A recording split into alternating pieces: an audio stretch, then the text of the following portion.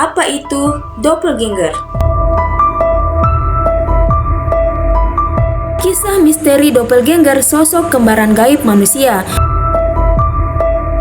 Patung yang diberi nama Stairway to Heaven ini merupakan patung yang dianggap melecehkan tiga agama besar dunia. Ada seorang pemuda berusia 25 tahun yang diduga telah melakukan perjalanan waktu pada tahun 1958 ke tahun 2006. Asuang berasal dari kata asuang yang memiliki arti makhluk yang mirip dengan vampir. Sosok tersebut merupakan makhluk yang paling ditakuti oleh masyarakat yang ada di negara Filipina. Maurice Busayle merupakan seorang ilmuwan yang pernah meneliti jasad Firaun. Jacques Yves Cousteau adalah seorang ahli kelautan atau oceanographer terkemuka asal Prancis.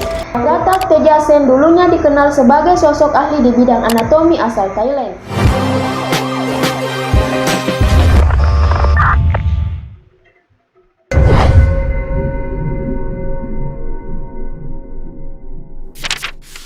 Apa itu doppelganger?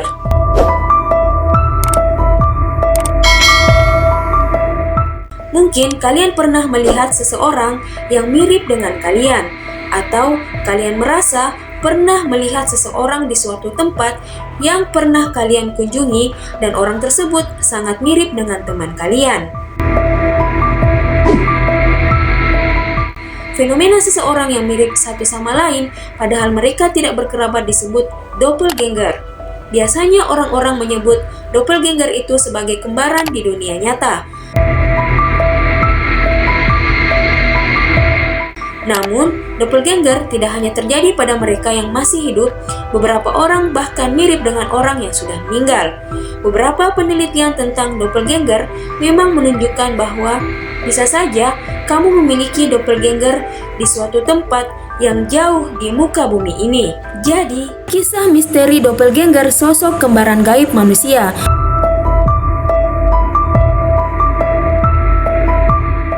Doppelganger adalah kata dari bahasa Jerman yang dalam bahasa Indonesia berarti penampakan dari wajah seseorang yang masih hidup. Biasanya merupakan suatu pantulan. Doppelganger biasanya terlihat sama orang itu sendiri. Salah satu kisah misteri doppelganger yaitu kisah Emily Sage yang merupakan seorang guru yang doppelgangernya sering terlihat bahkan ketika sedang mengajar.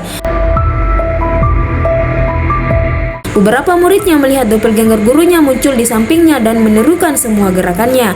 Yang lebih ekstrim saat ada kelas menjahit, muridnya jelas melihat gurunya sedang di kebun. Namun tiba-tiba muncul doppelganger gurunya dan duduk di depan ruangan. Murid yang berani segera menghampirinya. Namun ketika ia mendekatinya, perlahan doppelganger gurunya pun menghilang. Inilah patung yang diberi nama Stairway to Heaven ini merupakan patung yang dianggap melecehkan tiga agama besar dunia, yaitu Islam, Kristen, dan Yahudi.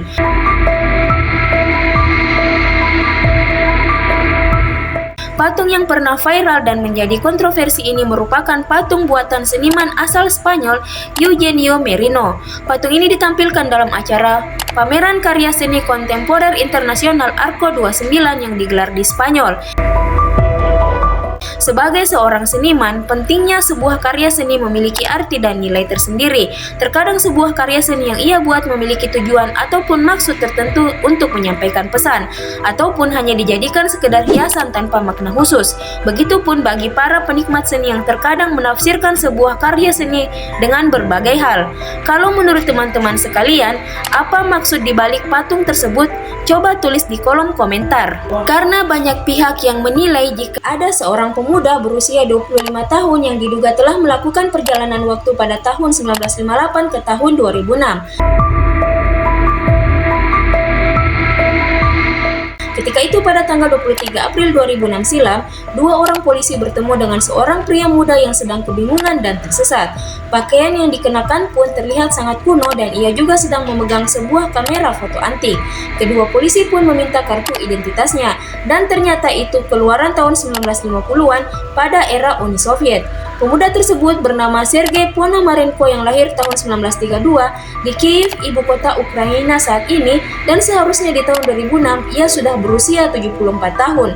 Petugas itu kebingungan sebab Uni Soviet sudah runtuh tahun 1991 dan negara yang ditempati pemuda aneh ini sudah berganti nama menjadi Ukraina. Menurut teman-teman, apakah kisah ini benar adanya ataukah cuma hoax? Silahkan tulis di kolom komentar. Jadi,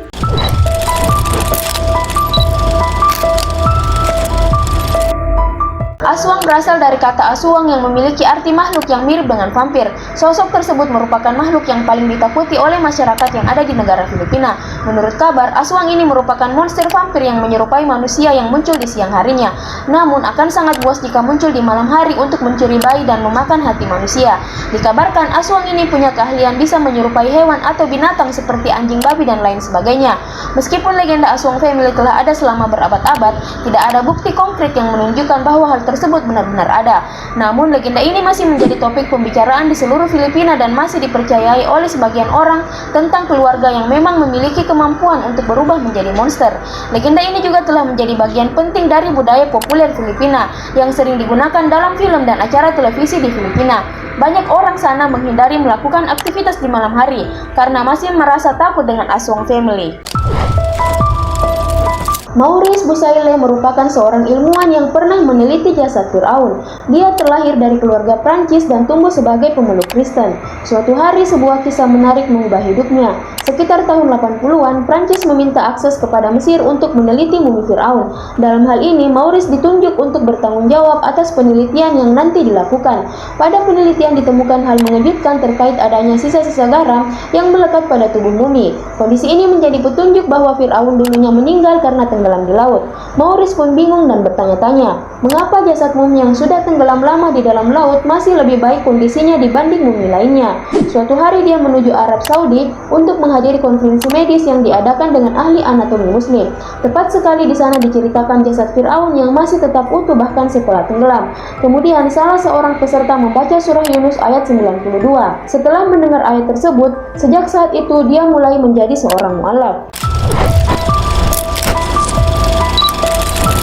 Jacques Yves Cousteau adalah seorang ahli kelautan atau oceanographer terkemuka asal Prancis. Terlepas dari banyak teori dan penemuannya, sangat sedikit orang yang mengetahui bahwa penelitian-penelitian ilmiah yang dilakukan telah mengantarkannya untuk menerima Islam. Arab News melaporkan bahwa Cousteau pernah menyatakan pilihan memeluk Islam adalah keputusan yang paling tepat dalam hidupnya. Pada sebuah serial TV berjudul Alive Sea, Kapten Cousteau mengungkap dunia bawah laut, sungai, dan samudera sebagai hal yang mengejutkan. Cousteau menemukan kumpulan beberapa lapisan air yang tidak bercampur dengan lainnya, seolah-olah ada dinding yang membatasi keduanya. Dia merujuk temuan ini pada Selat Gibraltar. Tak sampai di situ saja, kekaguman yang lebih besar datang ketika mengetahui bahwa fenomena tersebut sudah tertulis dalam Al-Quran selama lebih dari 1400 tahun yang lalu. Dia mengetahui hal itu dari dokter Prancis Maurice Bucaille yang sebelumnya. Agatha Tejasen dulunya dikenal sebagai sosok ahli di bidang anatomi asal Thailand. Tejasen menerima agama Islam setelah melakukan penelitian dermatologi dalam tinjauan anatomi. Suatu hari dia menghadiri konferensi medis Saudi ke-8 di Riyadh, Arab Saudi. Pada salah satu pembahasan yang dilakukan, diantaranya adalah terkait karakteristik sensori kulit. Seperti yang diketahui, kulit merupakan pusat kepekaan terhadap luka bakar, sehingga ketika kulit benar-benar terbakar api, dia bisa kehilangan kepekaannya. Kemungkinan hal ini terjadi karena tidak berfungsinya ujung saraf eferen yang rusak akibat luka bakar tersebut. Melihat sumber lain, hal ini pernah dijelaskan dalam ayat Al-Quran, Allah akan memasukkan orang-orang kafir ke dalam neraka dan mengganti kulit mereka yang baru setiap kali kulit itu habis terbakar.